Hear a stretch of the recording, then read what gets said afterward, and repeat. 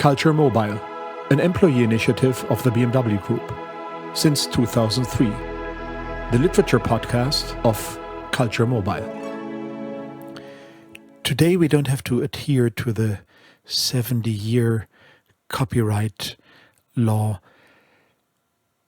only reading texts by those that have perished about 70 years ago, so that no more copyright applies, because today I was granted to read some poetry to you by, well, I would say one of my very dearest and oldest friends, Dwight Maxwell, an amazing writer and poet.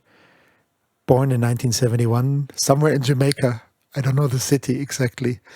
We got to know each other more than a quarter century after, both late for a class at NYU.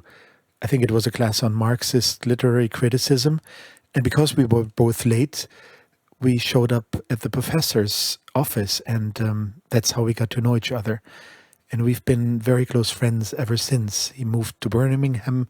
He's a teacher there. He's in the UK now with his wife and a little son. And I asked him, and I reached out. I said, look, can I read some poetry of yours? And he said, of course, you can and you should. So I was very happy to do so, or I am very happy to do so today. And he actually sent me a selection of poetry, and he said, there's a group of poems that are somewhat spiritual or religious in nature that highlights the flaws of our human nature. I trust you will find them suitable. Dwight was also the best man at my wedding in 2001, and he said such remarkable things to me that night that I still haven't forgotten. So I think you cannot be closer to a person than we are to each other. And that's very special. And I'm very happy. And we're both grateful for that to have happened.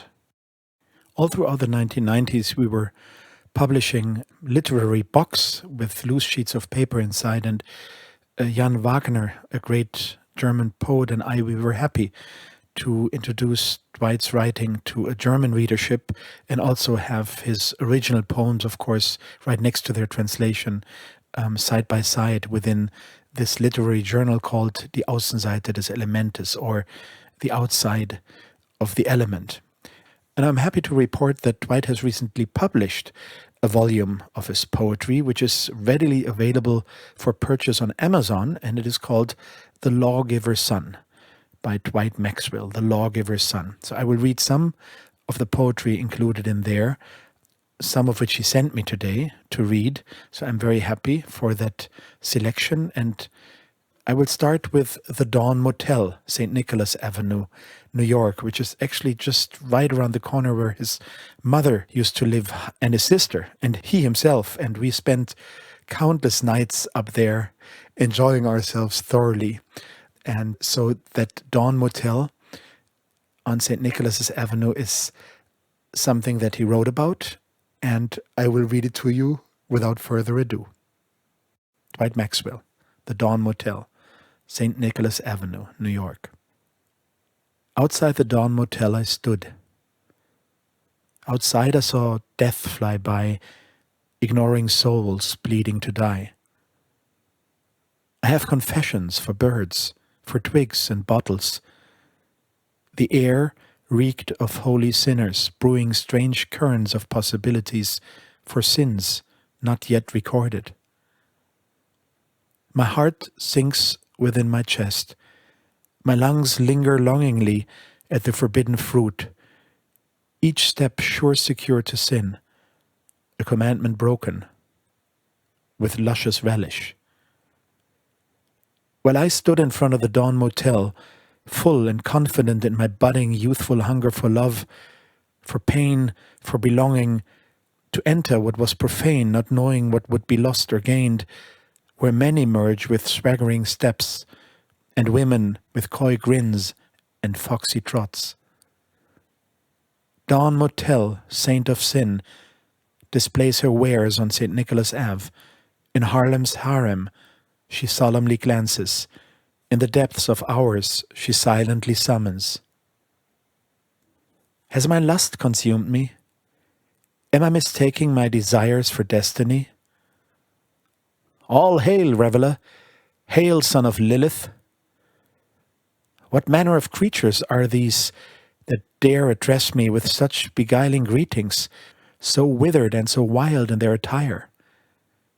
They look like women, but their serpentine forms forbid me to see them as such. Chimeras or gorgons, come to lure men to their deaths. Live you? Transfixed behind a blank staring door, a room built for pleasure and nothing more, images and forms of uncountable delectable sins beckoned me to come from the hungry solitude of the room I had constructed. Come, the mistress of Babylon, drink of her wine, you fornicator, for you cannot deny you long for all her nubile gifts. Dawn erupts in flirtatious wonder. Purples, pinks, and oranges breaks through the window, with passion, exposing our flesh like cops barging into a fugitive's hovel. The motel acquiesces to the sin it hid. And I am within it, hidden by furtive red curtains that assailed me, pale silhouettes anointed by the dim streetlights peering in, as if to illuminate the sins I so skillfully crafted. The carpet, red, tortured with cigarette burns, reveals crimes long forgotten. Black holes, 1,000 eyes witnessed my profane desires, materializing as skin rustles against skin, one last time before fleeing the shadows. Then the white sheets unfurled, revealing quivering thighs, limbs, a shoulder smooth as alabaster, glistening like a departed star. This culpable bed, these guilty furnitures, sprawled like perverts in the dark. My senses altered to the unknown gods, whose summons we answered, who slept here once to edify their desires. Fallen or saved, their sweat and tears remained.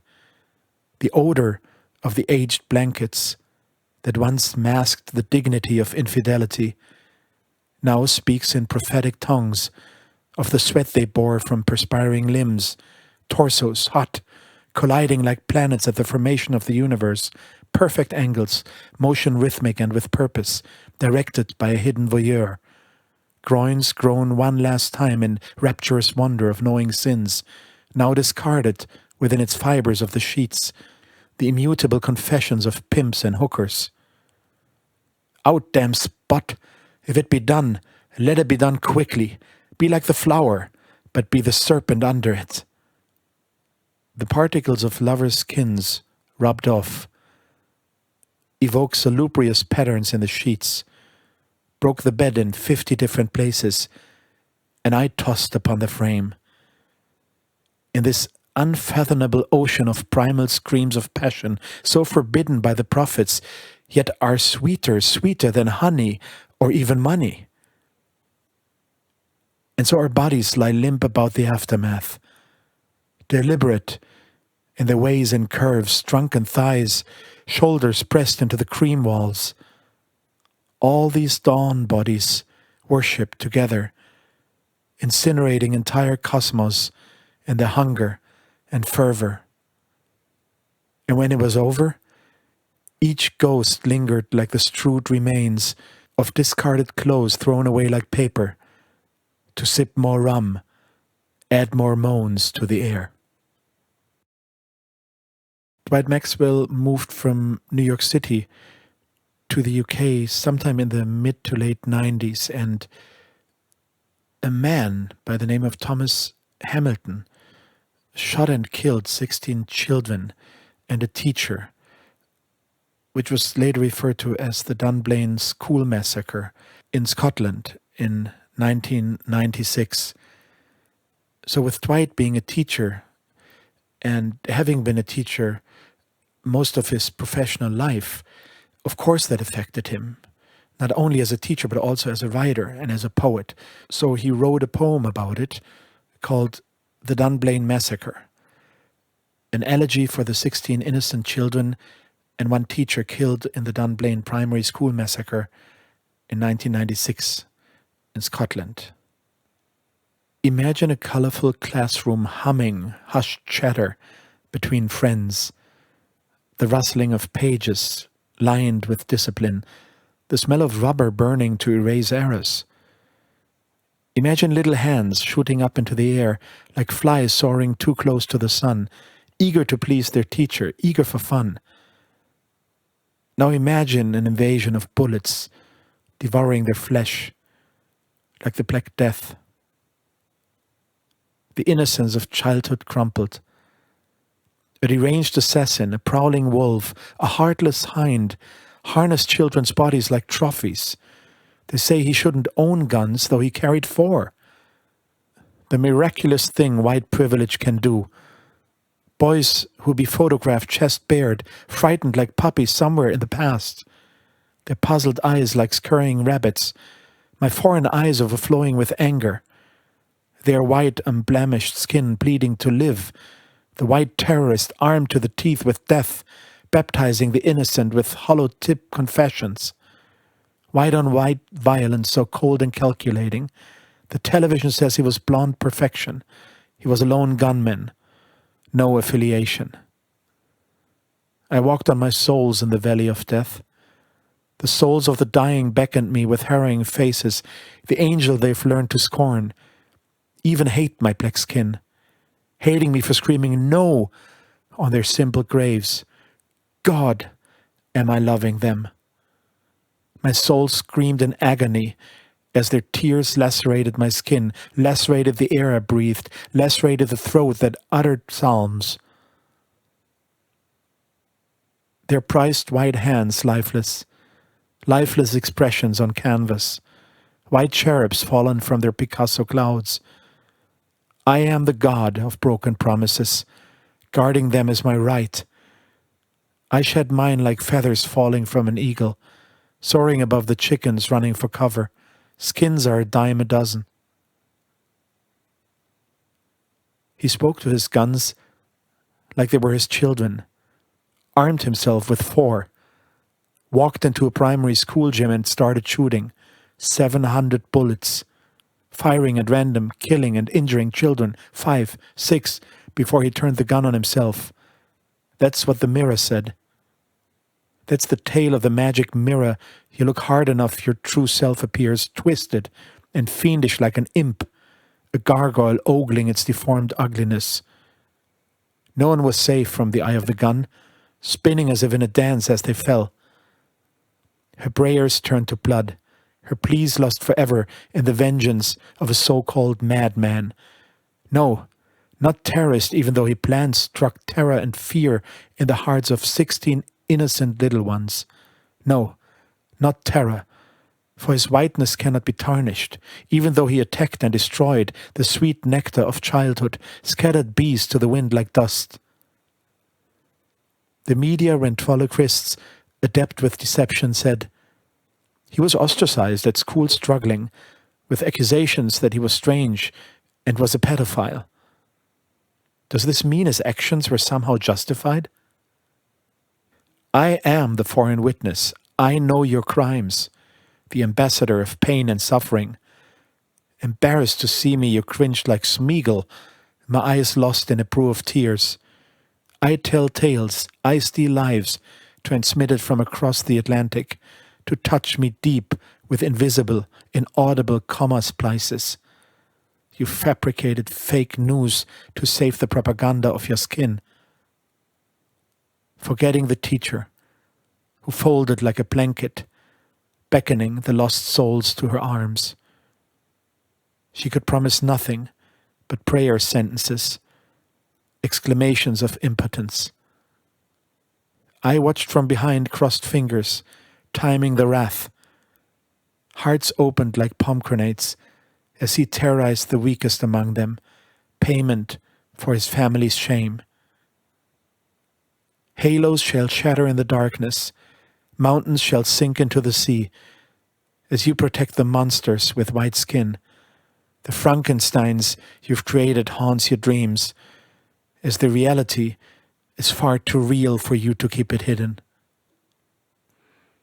In the collection that Dwight Maxwell sent to me, there's a poem about my grandmother, who he visited in Germany in September 1996 and could not get over her basically farming her little garden and growing all these different fruits and vegetables. There's also a poem about the children of Palestine. There's one on Orpheus. There's another one about Africa, because he went there, I think also in the mid to late 90s, to Nigeria and brought back with him a lot of words and a lot of impressions. Yet I'm tempted to read two poems that he didn't send to me, but two poems that I know very well. They were all published in this literary journal, in the 5th edition of it. Must have also been in 1997 probably. And I want to read both of them to you. And then leave it at that, and again, refer to his book, just published on Amazon by Dwight Maxwell, and titled The Lawgiver Sun, in case you have forgotten. Unnatural things like the piano. I don't make references to Beethoven in poetry. On account, I never learned the piano. My mother could not afford the costly lessons of the piano. Her mother could not either. We planted potatoes, sweet ones and Irish ones, in our backyard in Maypen. I used to play Mary Had a Little Lamb on the church organ. The pastor told me I was good, take care of my bony fingers. I always wondered about piano lessons. A girl who could afford showed me bruised knuckles, black ink stitched into paper. When those children made love to ivory keys, Mother and I, backs bent, were pulling weeds from field, in water boots, wearing straw hats to stop black sweat. What notes dally to our field? B, B flat, or D? I still can't tell, even up to this day. Here, surrounded by so many who have notes for fingernails and ivory smoothness like pomade on their tongue, I see them name the sounds of a key, like the way someone searches for water with a stick. Some complain about disfigurations, of practicing too long, bowing to the ivory they do not understand. Owls will not listen to grand pianos. I've never seen a bee come at the call of a key. Sweet pianos, uttered a leftover squatter from the UK, positively grey and scrunched. And the last poem by Dwight I want to read to you is called Winter Tree Limbs. Winter tree limbs. Who finds comfort behind cold steel? Dog excrements piled high under my block's solitary tree. This tree treated like a whore by ghastly men. Who finds comfort here, where drunks yell profane names, devalue creeds of kings and queens, urinate on churches' steps? In this part of town, the children's hollow laughter makes one think of danger. Grey lips sucking deep-fried yellow chicken bones on St. Nicholas Ave. Alienesque bodies on earth and hell does not want them either. Such abandon of the soul's sanctum, a punishment of limbs that causes eyes to tear, and the liquor pours like ambrosia from one shaking plastic cup to the next. Shaking hands like winter tree limbs searching for birds, decries to distant seas, cursing the ocean that aided slave ships, calcified bodies orbiting an invisible throng of rattling bones, stashed in some deserted lot, buried now for hundreds of years. The air accommodates the yokes of mankind, these men and women, without courage, without lot, debased more than any other beings, as circling vultures. My heart tears with a song for each at every hour, a song familiar only to drug-addicted bards who swoon like fallen swallows. Will my sounds be able to bury them and cure the pains brought on by heritage? They say that I am not a member of the Black Bride. I have supped the master's tea and eaten of their bread. These men who promenade in the pathless regions of great America like ghost pirates. Men of just bones, and the women have no singing rivers to wash in. I have seen doors open themselves to the visions of the street in poverty. Black liquor stains contours the floor under them. Never have I trod on those rickety steps. They are not black, I say in my body, for black is not crippled, black is not lame.